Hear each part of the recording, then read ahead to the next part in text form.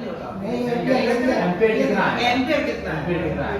देखिए आप सर्विस करने गए हो, बाई चांस मैं अभी जो लाइनें बोल रहा हूँ ढंग से समझना कि मेरी जो एसी लगी हुई है उसके अंदर पूरी डस्ट से ट्रैप हो रही है, यानी उसके अंदर जो कूलिंग ट्रांसफर होनी चाहिए, क्या वो प्रॉपर हो पाएगी? नहीं हो पाएगी, क्योंकि अगर चौक हो रखा है तो एयर फ्लो प्रॉपर नहीं होगा, एयर फ्लो प्रॉपर नहीं होगा तो उसके अंदर कूलिंग कॉइल के अंदर जो लिक्विड है वो वेपराइज नहीं होगा प्रॉपर, तो ये सीधा कहाँ जाएगा? कंप्रेसर के अंदर, यानी कंप्रेसर का लोड बढ़ा रहे हो तो एम्पियर बढ़ सकते हैं। 8 एम्पियर ले रही है कोई एसी तो 8.2, 8.3, 8.5 तक जा सकती है। काफी बार तो ये भी होता है कि अगर कंडेंसर कॉइल यानी आउटडोर और इंडोर अगर दोनों डस्ट से चौक हैं तो कंप्रेसर धीरे धीरे ओवरहीट होकर बंद ही हो जाता है, ट्रिप मारता है, ठीक है। तो वो ट्रिप के कारण क्या है, या तो सर्विस हो सकती है या फिर वोल्टेज अप डाउन हो सकता है। तो आपको सर्विस से पहले ये चीज कर लेनी है कि आपने गए एसी को ऑन किया, एम्पियर नोट कर लिया, एम्पियर प्रॉपर आ रहे हैं, 8 एम्पियर चल रहा है, आपने 10-15 मिनट चला के देखी कूलिंग आ रही है, कम आ सकती है ये ज्यादा आनी वो अलग बात है, कम आ रही है तो आपको सर्विस तो करनी ही है, गए तो सर्विस के लिए हो। आपने एम्पियर चेक किया कि भाई 8 एम्पियर आ रहा है, एम्पियर प्रॉपर है, इट मींस गेज प्रॉपर, इसमें आपको डाउट करने की जरूरत नहीं होगी। हाँ, एम्पियर अगर कम आ रहे हैं, मान लो एम्पियर 8 की बजाय आ रहे हैं 4, 5, 6 ही आ रहे हैं, इट मींस गेज कम है, ठीक है। तो सर ये तो पहले बताना पड़ेगा ना। हाँ, तो पहले चेक करना ना, सर्विस से पहले आपको ही चेक करना है। अगर चेक नहीं किया और आपने कस्टमर को इन्फॉर्म नहीं किया और अगर आपने सब सर्विस करने के बाद में कहा कि सर इसमें गैस चार्जिंग भी करनी पड़ेगी तो कस्टमर एग्री नहीं होगा, वो पहले ब्लेम आपको ही करेगा, भाई सर्विस तुमने की तो गैस तुम्हारी वजह से ही खत्म हुई है। तो ये ब्लेम लेना क्यों, आप पहले इन्फॉर्म करके चले, आप पहले खुद सतर्क रहें इस चीज में, ताकि क्या आप जैसे ही सर्विस करोगे तो कूलिंग तो प्रॉपर आएगी और डेफिनेट आएगी, आगे और पीछे के जो सप्लाई एयर अंदर जा रही है और जो ठंडी हवा बाहर आ रही है उसके बीच में अप्रोक्स 8 से 10 डिग्री का टेम्परेचर का डिफरेंस आता है, ठीक है। वो आपको टेम्परेचर चेक कर लेना है, टेम्परेचर मीटर आता ही है, उसको एक बार ऊपर की साइड में लगाना है जहाँ से एयर इनलेट हो रही है और जहाँ से फ्लोर से आउटलेट आ रही है वहां पे आपको 10-5 मिनट लगा के वो टेम्परेचर नोट कर लेना है, आपको 8-10 डिग्री का डिफरेंस मिल जाएगा, ठीक है। किसी में थोड़ा कम मिल सकता है, किसी में थोड़ा ज्यादा, क्योंकि एटमॉस्फेरिक टेम्परेचर भी इसमें काम करता है। रूम अगर ज्यादा गर्म है तो ऑब्वियसली बात है टेम्परेचर डिफरेंस कम भी हो सकता है, या रूम ज्यादा ठंडा है तब भी टेम्परेचर डिफरेंस आ सकता है, तो आपको अधिकतर 8-10 डिग्री सेंटीग्रेड का आपको डिफरेंस मिलेगा ही मिलेगा। तो सर्विस से पहले ये सारी चीजें ध्यान रखनी, ठीक है ना। इसके अंदर सॉफ्ट स्किल्स भी काम आती है आपकी, और आपकी जो थ्योरिकल नॉलेज है और प्लस प्रैक्टिकल नॉलेज है, ये तीनों काम आते हैं। अब आप कस्टमर के घर में जाते हो, सर्विस की कॉल आ गई, अब कोई कस्टमर है जो कहता है शूज अलाउ नहीं है, तो उनसे रिक्वेस्ट कीजिएगा आप हमें आपके घर की कोई भी स्लीपर दो जो कि इंसुलेटेड हो, रबर सोल वाली, ठीक है। आपको विदाउट शूज या विदाउट चप्पल या स्लीपर आपको काम नहीं करना है। अगर आपको शॉक लग गया या अनहोनी हो गई तो ना तो कंपनी जिम्मेदार है, क्योंकि कंपनी तो यही कह रही है आपको विदाउट इंसुलेशन काम नहीं करना है, और कस्टमर कहेगा सर मांगी नहीं, हमने हमारा शूज अलाउ नहीं है तो उन्होंने मांगी भी नहीं, करंट लग गया तो कस्टमर भी रेस्पॉन्सिबल नहीं रहेगा।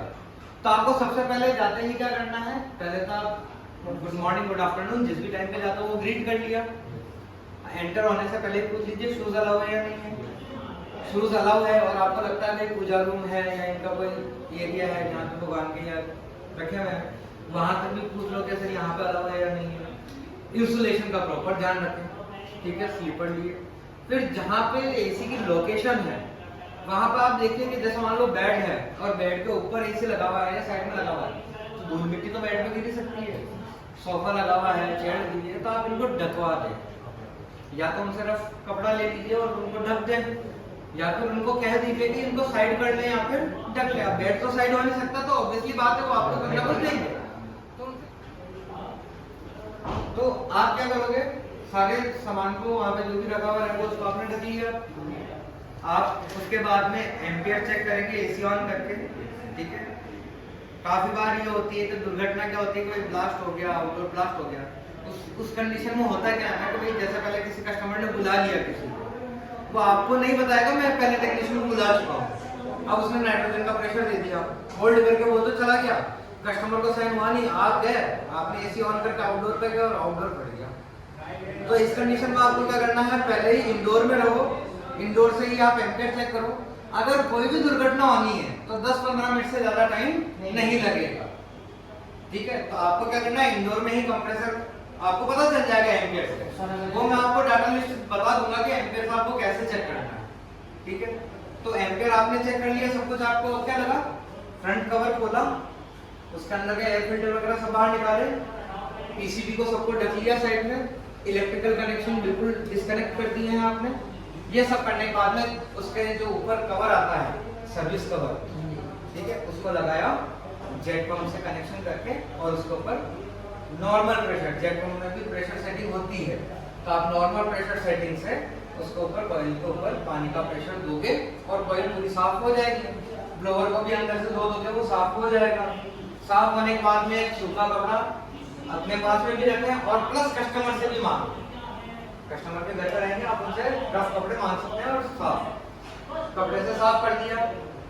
ये जो फ्रंट ग्रिल है उसको भी आपने अच्छे से साफ कर ली है पूरी, यहाँ तक क्लियर हो गया, पूरा पैक करो, पूरा ढंग से आउटडोर पे जाइए। इलेक्ट्रिकल कनेक्शन अपन को वैसे ही हटाने हैं, वो हटे हुए नहीं है। इन केस अगर इंडोर के कनेक्शन आपने हटाए तो आपने मान लो प्लग निकाल दिया और वो प्लग कोई भी बच्चा भी आके जोड़ के ऑन कर सकता है, इस कंडीशन में आपको क्या करना है कि आउटडोर पे जो सप्लाई है उसके कनेक्शन हटा दो और उस पर टेपिंग कर दो, ताकि कोई अंदर से अगर ऑन भी कर दे तो बाहर कोई भी दिक्कत ना हो। क्लियर है? आउटडोर का ऊपर का ढक्कन खोल लो, फ्रंट का कवर खोल लो, कंडेंसर का फैन और कंप्रेसर को जनरली साफ कर लो एयर ब्लोअर से या सूखे कपड़े से, पानी से नहीं धोना है, ठीक है। और जो फैन मोटर है आउटडोर की उसको पॉलीथीन से कवर कर लो। आउटडोर में केवल और केवल कंडेंसर है जिसको पानी से धोना है, और जो नीचे जो गैस है उसको पानी से धोना है। बाकी कंप्रेसर पे या ब्लोअर कंडेंसर फैन मोटर और उसकी ब्लेड के ऊपर आपको पानी से काम नहीं करना है। तो वही तो पॉलीथीन से इसीलिए तो कवर करना है कि अगर बाई चांस अगर कुछ पानी चला गया तो डायरेक्ट ना जाए, पॉलीथीन पर आए तो पॉलीथीन तो वैसे ही हटानी है आपको। हाँ, अब जैसे इन्वर्टर मॉडल है तो उसमें पीसीबी भी है, तो पीसीबी को भी कवर कर लो। तो ये सारी चीजें आपको कवर कर लेनी है। पानी से उसको वापस जेट पंप से धो लेना है, ब्लोअर से उसको सुखा देना है, कवर वगैरह को साफ करके बिल्कुल अच्छे से और वापस फिक्स कर देना है। देन आप वापस कनेक्शन करके नीचे उतर के इंडोर पे आके वापस इंडोर कनेक्शन ऑन करके आपको एम्पियर चेक करना है, कूलिंग चेक करना है, और 110% अगर तरीके से करोगे, ये सारी चीज फॉलो करोगे तो कूलिंग आएगी, उसमें कोई भी चांस ही नहीं है कि आपने से कुछ गलती। तो ये सारी सिक्योरिटी। अब लास्ट थिंग क्या आती है कि आपने सारी सर्विस कर दी है, कस्टमर की बजाय आप ही जो वहां पे कोई गंदगी फैल रही हो तो उसको साफ करना। कस्टमर आपसे कहेगा कि भाई रहने दो, बट अपने पोलाइट तरीके से ही आप कह दो कि सर हम कर देंगे, आप हमें कपड़ा दे दीजिए, अगर 2 मिनट नीचे गिर गई हो तो झाड़ू लेके 2 मिनट लगते हैं, सब कुछ बात है। इससे आपकी इमेज अच्छी होगी, आपके और कस्टमर के बीच में फाउंडेशन अच्छी क्रिएट होगी। इन फ्यूचर अगर कस्टमर को काम पड़ता है तो वो आपको बुलाने के लिए ज्यादा प्रेफर करेगा। तो इनकम ऑफ सोर्स से यही से जनरेट होगी कि आपकी कस्टमर की बॉन्डिंग कैसी है। कस्टमर बॉन्डिंग कैसे, आपकी कोई रिलेशन तो है नहीं, तो वो कस्टमर है और आप क्या हो, टेक्नीशियन हो। बट टेक्नीशियन अगर पोलाइटली अगर सारा काम कर रहा है, साफ सफाई का ध्यान रख रहा है, तो कस्टमर इंप्रेस हो रहा है, वो सजेस्ट करेगा 10 जनों को कि नहीं मैंने यहाँ से करवाया था या इनसे करवाया था, तो उनसे वापस बुला के आप भी करवा दो। तो यही आपकी कस्टमर वैल्यू यही से बनना चाहिए। क्लियर है? और वापस जब घर से बाहर निकलते हैं तो जिस भी टाइम पर आप निकल रहे हैं तो उस टाइम पे का गुड आफ्टरनून बोलना है या गुड नाइट बोलना है या गुड इवनिंग बोलना है, वो ग्रीट करके आप बाहर आ। क्लियर है ये चीज? कोई सवाल इसमें? ठीक है, अगर और भी कोई ऐसी इंक्वायरी हो आप पूछते रहिए।